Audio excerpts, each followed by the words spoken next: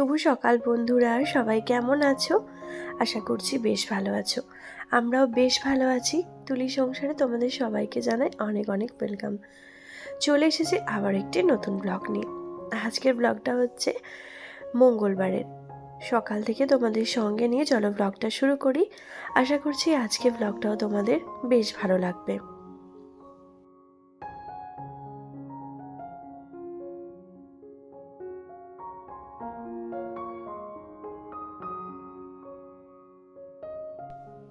এখন ঘড়িতে বাজে ওই 7:30 মতো। আর সকালে বেশ কিছুক্ষণ আগে ঘুম থেকে উঠেছি ওই 6:30টার দিকে। তো তারপর ঘুম থেকে উঠে ইন্দুসোনার স্কুল ছিল, তো ও স্কুল গেছে। আর ওর টিফিন সমস্ত কিছু রেডি করে ওকে রেডি করে দিয়ে ওর বাবা ওকে দিতে গেছে। এদিকে আজকে আমি এই যে বাগানে একটু ঘুরে ঘুরে ব্রাশ করছিলাম। প্রত্যেকদিন সকালে ঘুম থেকে উঠে আগে ব্রাশ করি, কিন্তু আজকে আর করা হয়ে ওঠেনি। আসলে প্রত্যেকদিন সকালের মানে যে টিফিনটা ওকে দেবো তার প্রিপারেশনটা আমি আগের দিন রাত্রে করে রেখে দিই। কাল আর তাড়াহুড়ো করে কিছু করা হয়ে ওঠেনি, সেজন্য দেওয়াও হয়নি। তো যাই হোক, ভাবলাম যে সকালেই বানিয়ে নেব। তো সেই সবই তাড়াতাড়ি করে রেডি করছিলাম, তাই ব্রাশটা করা হয়ে ওঠেনি। কিন্তু সকালবেলা ঘুম থেকে উঠে ব্রাশ না করলে আমার ভীষণ খুঁতখুঁতানি লাগে। মানে আমার একদমই ভালো লাগে না, কারোর সঙ্গে কথা বলতেও ইচ্ছে করে না। তো যাই হোক, আজকে একটু লেট হয়ে গেছে, কিছু করার ছিল না। তো তারপর ব্রাশ করতে করতে দেখলাম জামা কাপড় যেগুলো মাখানোর সেগুলো মাখিয়ে দিতে হবে, কারণ আমার কাজের দিদি চলে আসবে খুব তাড়াতাড়ি। ওর মোটামুটি 8:30টার মধ্যে চলে আসে। তো সেই জন্য ওকেও আগে ভাগে জামা কাপড় যেগুলো মাখানো সেগুলো মাখিয়ে দিয়েছি। তো তারপর নিজে চেঞ্জ করে চাটাও করে খেয়ে নিয়েছি। মানে ব্রাশ করার পর যখন আমি মুখ একটু ফ্রেশ হই, মুখটাও ধুই, তো তারপর আমি নিজের ড্রেসও চেঞ্জ করে নিই। আর এর মধ্যে বাথরুম যাই, তো সেই সমস্ত কিছু করে এসে আমি আগে ফ্রেশ হয়ে নিই, নিজে চেঞ্জ করে নিয়ে তারপর আমি রান্নাঘরে ঢুকি, মানে চা করি এই আর কি। চা করার আগে আমি জামাটা চেঞ্জ করতে পারি না। আগে ওই যে সকালবেলা ঘুম থেকে উঠে আগে ব্রাশটা করে নিয়ে মনে হয় আগে ইন্দুসোনার টিফিনটা রেডি করে দিই, ওকে রেডি করে দিই, তারপর আমি আমার সমস্ত কাজ সারবো। তো চলো, এরই মধ্যে টুকটুক করে কাজগুলো শুরু করেছি। সকালবেলা ওঠার পর চাটা খাওয়া দাওয়া কমপ্লিট হয়ে যাওয়ার পর ভাবলাম বিছানাটা আগে গুছিয়ে নিই। আমার ভাই এখানে শুয়েছিল, তো সে তো সকালবেলা উঠে কাজে বেরিয়ে গেছে। তো ভাবলাম যে বিছানাটা তাহলে এই ঘরের যখন পড়ে আছে আগে গুছিয়ে নিই।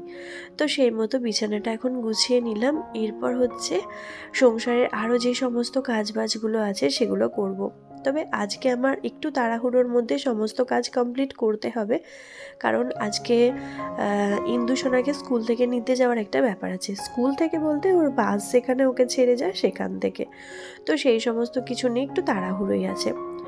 আর এরই মধ্যে এই যে দেখো, আমার বিনি সোনাও ঘুম থেকে উঠে পড়েছে। ও ঘুমের মধ্যে দুধ খেয়েছিল, খাওয়ার পর ও ঘুম থেকে ওঠার পর ওকে ফ্রেশ করিয়ে দিয়েছি। এদিকে ও জানো দিদির এই ড্রেসটা পরেছে। তো ড্রেসটা পরেছে মানে ও আজকে আমি ওকে যখন ও ড্রেস চেঞ্জ করছিলাম তখন ওর মনে হয়েছে যে ও দিদির জামা পরবে, তো সেই মতো ও দিদির ড্রেসটা পরে নিয়েছে। আর তারপর ওর খাবারটা এখানে খাইয়ে দিচ্ছি। ও এই যে এটা খাচ্ছে ওটস, দুধ, কলা আর মধু। তো এইটা ও জলখাবারে প্রায় বেশিরভাগ দিন খায়, মাঝে মধ্যে চিড়ে খায়। তো এক এক দিন এক এক রকমের খায়, প্রত্যেক দিন যে একই রকম খায় সেটা বলবো না, তবে এই খাবারটাও খুব পছন্দ করে, তাই বেশিরভাগ দিন এই খাবারটাই খায়। তো আর কলা তো বাড়িতে আনাই থাকে, তো সেই হিসেবে এই খাবারটা ও জলখাবারে ভীষণই পছন্দের। চলো চটপট করে ওকে আগে খাইয়ে নিই, তারপর হচ্ছে আমার রান্নাবান্নাগুলো সমস্ত কিছু একসঙ্গে করে নেব। তারপর হচ্ছে ইন্দুসোনাকে আনতে যাওয়ার একটা ব্যাপার আছে, সেই সমস্ত কিছু করব। চলো ব্লগটা দেখতে থাকো।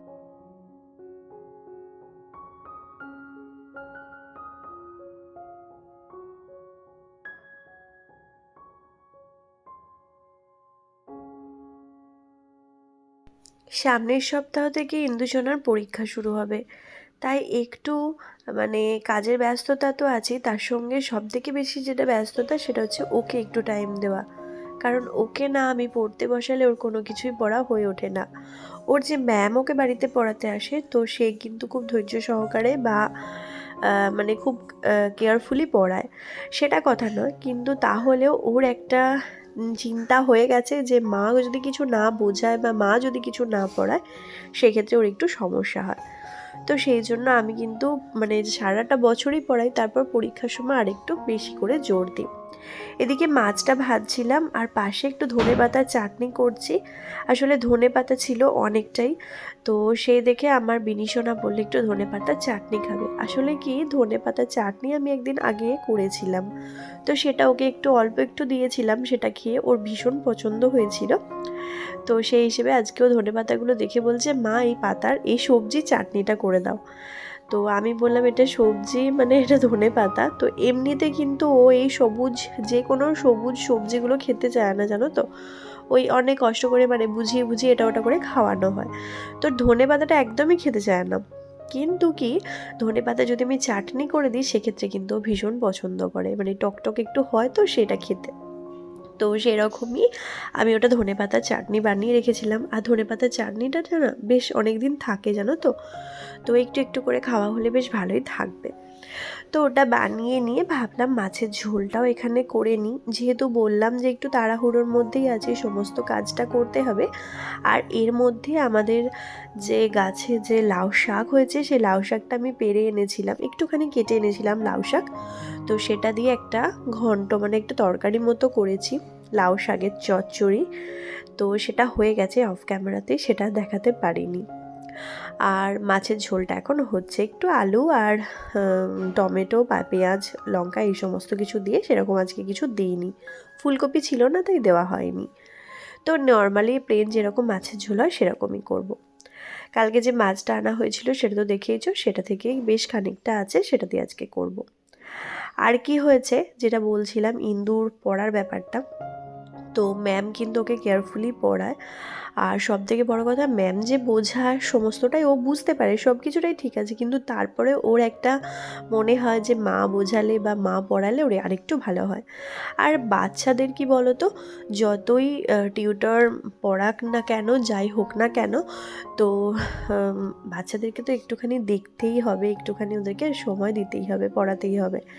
তো আগের যে ম্যামের কাছে ও পড়তো, মানে একটা ব্যাচেতে একটা মাসের মতো পড়তে গিয়েছিল, তো সেখানে বেশ কয়েকটা সমস্যা হচ্ছিল। এক প্রকার হচ্ছে ওকে পড়তে দিয়ে আসা নিয়ে আসার, এটা তো সব থেকে বড় সমস্যা হচ্ছিল।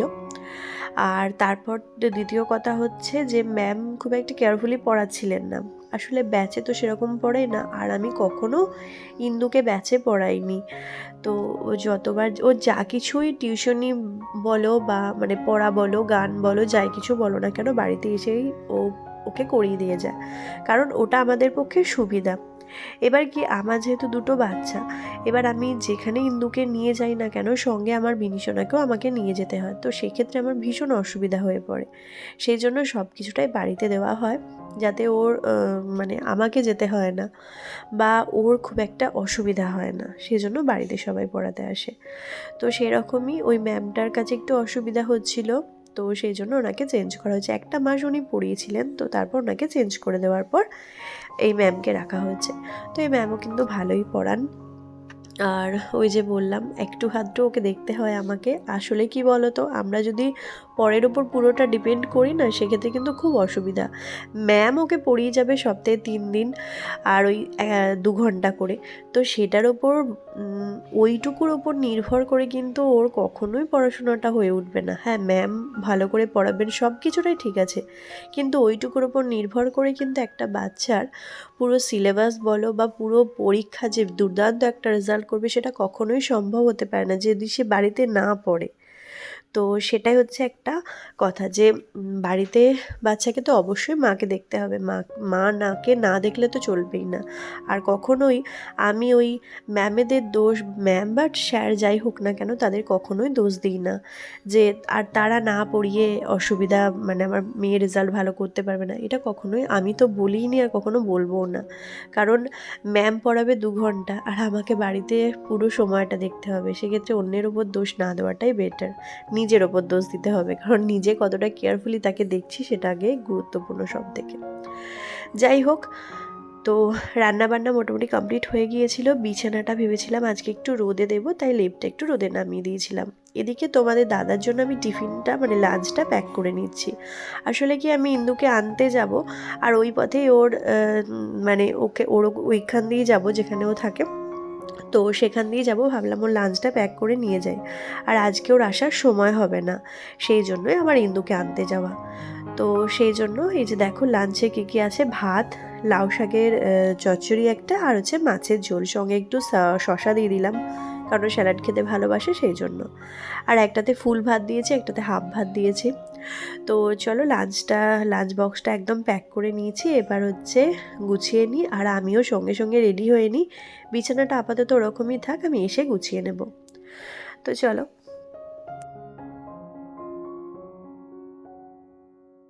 আমি আর বিনি যে রেডি, এই দেখো বিনি আর আমিও রেডি। এই যে আছে খাবার ওর বাবার, এটা দেবো, আর হচ্ছে ইন্দুসোনাকে নিয়ে চলে আসবো। চলো চটপট চলে যাই। ঘড়িতে এখন টাইম কটা দেখি, দাঁড়াও দেখাই। এই যে দেখো 12:30 বাজছে। ওকে চটপট করে নিয়ে আসবো। ঘরটা মোটামুটি গোছানোই আছে, বিছানাটা জাস্ট একটু এসে গোছাবো। এই যে লেপটা আমি তুলে দিয়েছি, বেডটা এসে পাতবো, বেড কভারটা। আর হচ্ছে এই যে রান্নাবান্না দিকে, তো ওদিকে রান্নাবান্নার সমস্ত কিছু কমপ্লিট করে নিয়েছি। আর ভীষণ তাড়াতাড়ি করেছি, মানে কিছু করে সকাল থেকে বেশ তাড়াতাড়ি আস্তে আস্তে করছিলাম, তারপর হঠাৎ করে ভীষণ তাড়াহুড়ো করলাম, করে সমস্ত কাজ করে নিয়েছি। তো চলো।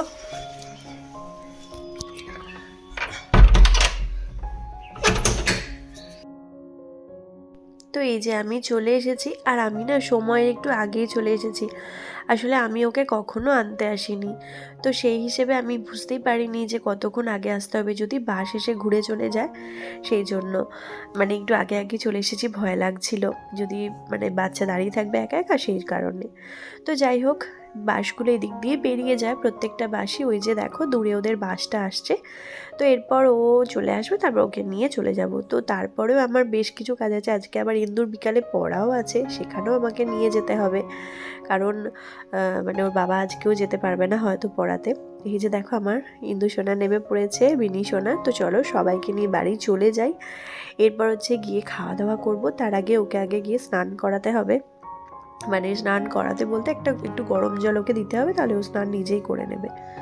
তো এসে ভাবলাম যে আগে লেপটা তুলে নিই। আর বেশ বাইরে রোদ উঠেছে জানো তো, সেই জন্য বেশ লেপটা গরমও হয়ে গেছে। তো লেপটা তুলে নিয়ে ভালো করে চলো ঝেড়ে একদম বিছানাটা পরিষ্কার করে নিয়েছি। এরপর হচ্ছে আমি বেড কভারটা নতুন পেতে নেব। আসলে বেড কভারটা আজকে চেঞ্জ করব বলে লেপটা তুলে একটু রোদে দিয়েছিলাম। আর এই বেড কভারটা হচ্ছে একদম নতুন, এই বেড কভারটা আমি কখনো পাতি না। এটা আমার শাশুড়ি মা আমাকে দিয়েছিলেন। তো যখন আমার শাশুড়ি আর শ্বশুরমশাই আসেন, তখন আমি এই বেড কভারটা শুধুমাত্র ওনাদের রুমে পেতে দিই। মানে ওনারা যে রুমটায় শোন, তো সেই রুমটাতে আমি বেডটাতে এইটা পেতে দিই। তো আজকে মনে হলো এই বেড কভারটা আমাদের রুমেতে একটু পাতি, বেশ ভালো লাগবে দেখতে। আর সত্যি বলতে এই বেড কভারটা আমার ভীষণ সুন্দর লাগে। এই বেড কভারটা বলেই শুধু না, যে কোনো সাদা রঙের বেড কভার আমার ভীষণ ভালো লাগে। তো সেই জন্য সবসময় চেষ্টা করি যে সাদা সাদা জিনিস কিনতে। আর আমাদের জানো তো কোম্পানি থেকে অনেক বেড কভার গিফট করে, সেগুলো সব সাদা সাদাই হয়, কিন্তু এতটা সুন্দর হয় না। এটা এত সুন্দর দেখতে। ওই আগের দিনে যেটা বেড কভারটা পাতা ছিল, সেটা কিন্তু আমাদের কোম্পানি গিফট করায়, তো সেটাও বেশ সুন্দর সাদা রঙেরই ছিল। কিন্তু এই যে সাদার ওপর নীলের কাজ না, ভীষণ সুন্দর একটা স্মার্ট একটা লুক দেয়, এত ভালো লাগে। তো সেটা এখন পেতে নিচ্ছি। এরপর হচ্ছে বালিশের কভারগুলো পরিয়ে নেব, তারপর সুন্দর করে আজকে বিছানাটা একটু অন্যরকম টাইপের গোছাবো। মাঝে মাঝে মনে হয় যে বিছানাটা একটু অন্যরকম সুন্দর করে রাখি। আসলে কি বলো তো, বেডরুম গোছানো, কিচেন অর্গানাইজ করা, এগুলো কিন্তু না ভীষণ ভালো লাগে। যদি কোনোদিনও ভগবান আমার নিজের নিজের একটা ঘর হয়, মানে ঘর করতে দেয় ভগবান, যদি কোনোদিনও দিন দেয়, তো আমি ঘরটাকে না সেরকমভাবেই সুন্দর করে গুছিয়ে রাখবো। আর এটাও যতটা পারি গুছিয়ে রাখি, তবে এখানে আমাদের খুব একটা বেশি ফার্নিচার কিন্তু নেই। খুব একটা বেশি কেন, কিছুই ফার্নিচার নেই। আমার যে খাট, সেটা এখানে থাকে না, সেটা আমার দেশের বাড়িতেই থাকে।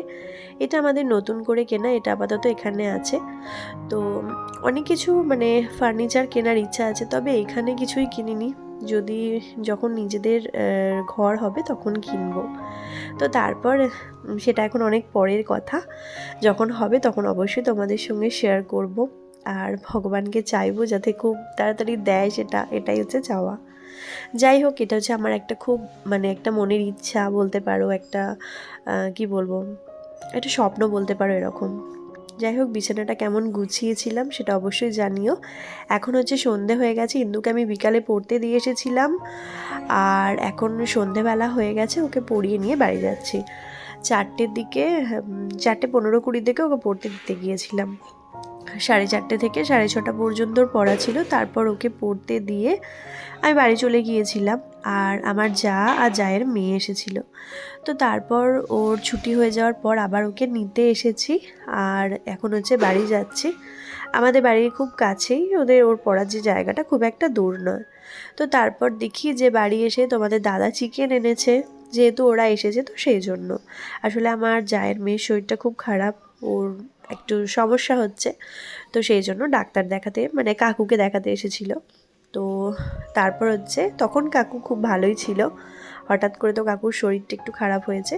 তো যাই হোক, মানে তখন দেখাতে এসেছিল। তো দেখানোর পর তখন হচ্ছে এইটা তখনকার রাত্রেবেলা এখানে ছিল, তো তার পরের দিনও এখানে ছিল। যাই হোক, এখানে চিকেনটা ওই দিন আনা হয়েছিল। তো এখন চলো চিকেনটা খুব ভালো মতো পরিষ্কার করে ধুয়ে নেব, তারপর হচ্ছে রান্না করব। তো রান্না করাটা তোমাদের সঙ্গে শেয়ার করিনি, যতটা পেরেছি আজকের ব্লগটা তোমাদের সঙ্গে শেয়ার করেছি। আর আজকে না সারাটা দিন আমার ভীষণ তাড়াহুড়োয় কেটেছে, আর তার থেকেও বড় কথা হচ্ছে আজকে আমি একটুও সারাদিনে রেস্ট পাইনি। মানে একদম সকাল থেকে পুরো রাত পর্যন্ত আমি পুরো একদম চরকির মতো ঘুরেছি, এতটা কাজে আজকে ব্যস্ত ছিলাম। তো তার সঙ্গে আমার যে কাজের দিদি ওই কাচাকুচি করে, সেই দিদিও আসেনি, তো সেই সমস্ত আমাকে কাচাকুচিটাও করতে হয়েছে, বাসন ধোয়া ধুয়েও করে দিয়েছে, তো কাচাকুচি দিদি আসেনি, সেই সমস্তটাও আমাকে করতে হয়েছে। তাই ভীষণ তাড়াহুড়ো তো ছিলই, সঙ্গে প্রচণ্ড কাজের প্রেশারও ছিল। তো সেই সমস্ত কিছু করে তারপর রাতে রান্নাবান্না করে খাওয়া দাওয়া করে আমি একটু রেস্ট নিয়েছিলাম, রেস্ট একটু না অনেকটাই নিয়েছিলাম, পুরো রাতটাই তো ঘুমিয়েছিলাম। তারপর আবার পরের দিন সকালে ইন্দু স্কুল ছিল, তো সেরকমভাবে অ্যাজ ইউজুয়াল রোজকার মতো যেমন দিন কাটে সেরকমই কেটেছিল। তবে আজকের দিনটা অনেকটা তাড়াহুড়ো, অনেকটা ব্যস্ততা এর মধ্যে কেটেছিল। তবে আমার কি জানো তো, এই যে আজকে যেরকম ব্যস্ত ছিলাম না, এরকম ব্যস্তই একটা জীবন আমার ভীষণ ভালো লাগে। কারণ সব সময় নিজেকে যদি কাজের মধ্যে ব্যস্ত থাকা যায় না, ব্যস্ত রাখা যায়, তো অনেক বাজে জিনিস দূর হয়। তো এই ছিল আজকের ভিডিওটা কেমন লাগলো অবশ্যই জানিও। আজকের মতো টাটা।